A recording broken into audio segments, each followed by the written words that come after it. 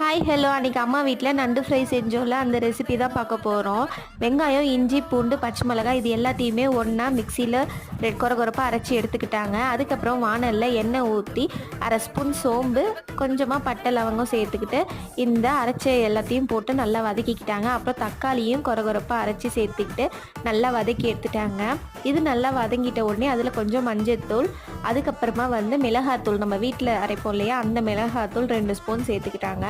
சேர்த்துக்கிட்டு கொஞ்சமாக கொத்தமல்லி தூள், கரம் மசாலாலாம் எதுவும் சேர்க்கல, வெறும் கொத்தமல்லி தூளோடு நிறுத்திக்கிட்டாங்க. அதுக்கப்புறம் அதில் கொஞ்சமாக தண்ணி ஊற்றி அந்த கிரேவியை நல்லா வதக்கிட்டாங்க.